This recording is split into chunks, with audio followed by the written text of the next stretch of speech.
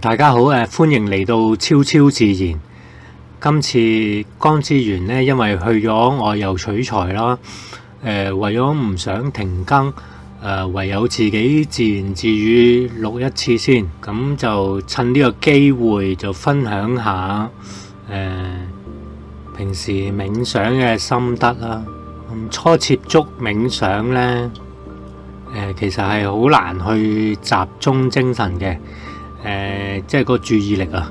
因為人嘅腦係會不停咁去思考啊。坊間好多用呼吸法啊，專注呼吸呢，其實都唔係覺得太容易嘅。因為有少少嘅聲音都會令到自己分神啦。我自己平時用嘅方法通常都係塞住耳仔去聽啲 hertz 啊，都係同一段音頻呢，就會容易令自己集中啲啦。喺城市地方真係好難專登揾個安靜嘅地方去冥想嘅。試過喺閉目集中嘅期間呢，就漸漸開始識得抽離自己去留意返自己身體每個部分嘅感應。喺瞓覺嗰方面呢，就多咗好多清明夢啦。不過有啲時候係由第三身視覺去睇到發夢嘅內容，有啲係會記得嘅，有啲就唔記得。尤其是睇到畫面嘅，好多時都唔記得。通常記得嗰啲呢，都係見到自己係喺一個日常生活嘅情況咯，嗰啲狀況咯。咁至於練習咗冥想對現實嘅生活有咩改變呢？其實平時啲煩惱都係唔會完全冇咗嘅。咁只不過係每種煩惱你會覺得輕咗咯。唔會再好覺得好重要啊。開始呢就唔會好，即係唔會完全在意所有人去點睇自己啊，反而將嗰種在意嗰種專注力轉翻向自己，就多咗觀察翻，即係觀照自己嘅反應咯。即係日常生活呢，你都要同人哋交流嘅。咁對人對得太耐嘅時候呢，你就不其然又忘記咗抽時間專注自己。咁唯有係趁一有空檔一個人嘅時候呢，就盡量將個注意力集中翻 ，keep 住好平靜咁去觀察翻自己咯。當同人交流嘅時候，就留心嗰刻同人交流嘅當下咯。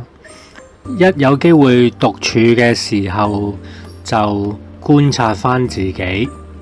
咁有人會覺得你喺度發吽逗啊，咁我覺得其實唔影響到人情況之下呢，發吽逗真係冇乜所謂嘅。喺呢個練習冥想嘅過程裏面呢，有冇啲奇妙嘅嘢呢？其實都有啲可以分享下嘅。不過大家就當下發下神經作古仔咁分享下啦。當有時候嗰啲煩惱嘅情緒又嚟纏繞嗰陣呢，透過冥想呢，咁好多時嗰個好有知性理性嗰個自我呢，佢出現嗰個頻率係會多好多嘅。佢都會同你對答啦，分析下你自己嘅情況咯。咁坊間有啲人話呢個可能會係所謂嘅高我啊，我係唔太肯定或者否定嘅。其實有啲情況係估唔到自己呢，即係自問自答嘅情況之下呢，會得到一啲自己未諗過嘅答案。最明顯係對某啲事情嗰個分析呢，會細緻咗。而平時自己係唔會諗到嘅。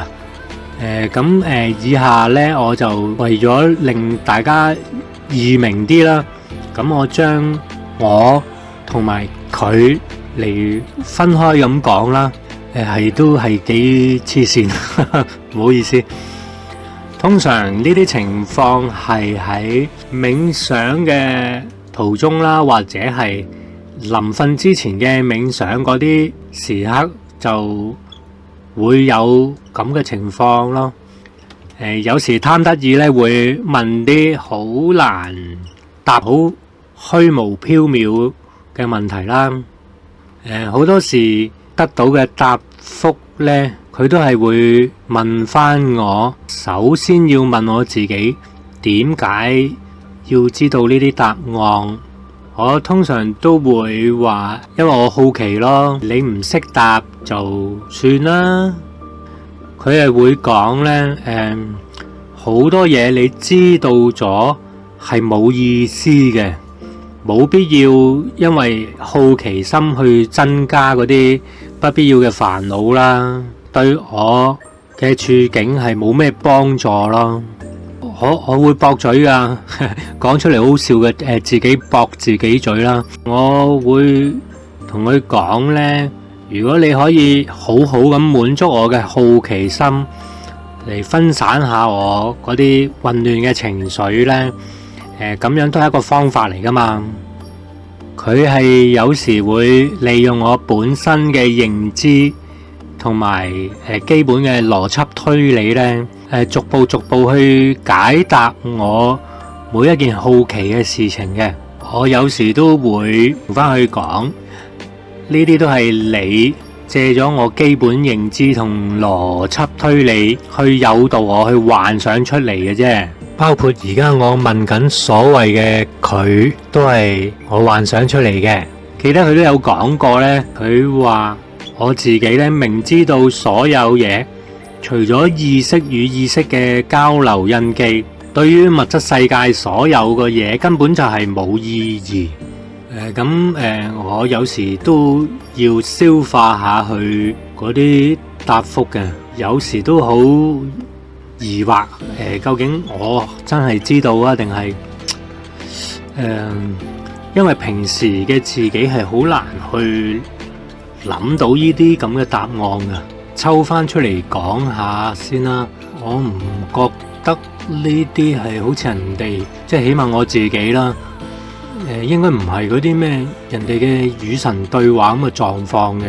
我有咁樣去問過，佢都會講話，你又唔使咁高估自己，冇咩神咁得閒咁樣同你接觸嘅。咁正常嚟講，呢啲叫做自我反省。平時嘅人自我反省，但係我透過呢個冥想呢，可以好具體咁再模擬一個清醒啲嘅自己啊。其實用言語係好難去表達得好好嘅。我唔係質疑人哋與神對話嘅作者嘅，因為呢種 channeling 我唔排除有啲人係有呢種能力。呢啲情況其實平時係唔會點樣攞出嚟同人哋講、同人哋傾㗎。即係人哋，即係起碼一般人都會覺得你黐線嘅，精神分裂咁樣啩。我錄呢段嘢嘅時候，之前我都係要冥想一陣，先至可以回溯翻呢啲零碎嘅自問自答啦。即係好似你有時發過嘅夢唔記得啦，要夾硬去慢慢諗翻起嘅狀況咯。咁當中有時呢啲對答都幾玩嘢嘅。譬如無厘頭呢都會問下個宇宙到底有幾大啊？個印象係講過，佢話如果當一隻螞蟻不斷喺個球形上面喺度行，又假設呢隻螞蟻永遠唔會死，不斷喺個球形係咁上面行嘅途中，如果你問佢，你知唔知道你仲有幾遠先至行得完啊？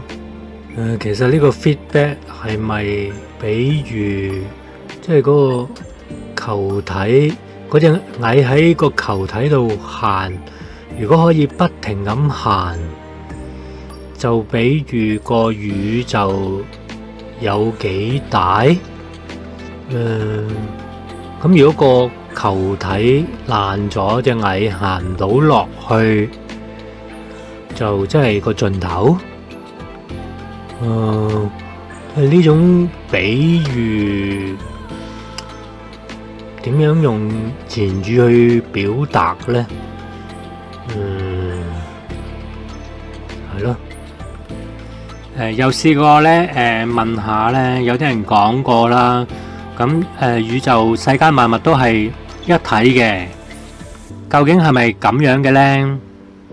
得到嗰個回覆喺一個所有嘅存在裏面啦。如果有一個意識體去問呢一種問題，咁呢個意識呢，必然係喺嗰度，係喺嗰個地方嘅一體嚟嘅。我再有嘗試去問過我哋人係有咩意義㗎？嗰個答覆係所有意識只不過係一個過程。喺個過程之中，你嗰個意義就係你喺過程裏面嘅位置，即係所有意識問呢一個問題，亦都係一個過程。其實真係都幾虛無縹緲啊！暫時分享到呢度先啦。記住大家當係作古仔聽下 OK， 唔好太上心。講出嚟真係都幾唔好意思嘅。就當係分享下自己啲幻想咯，有時間會再分享下呢啲咁奇怪嘅感受啦。好啦，多謝大家收聽收睇。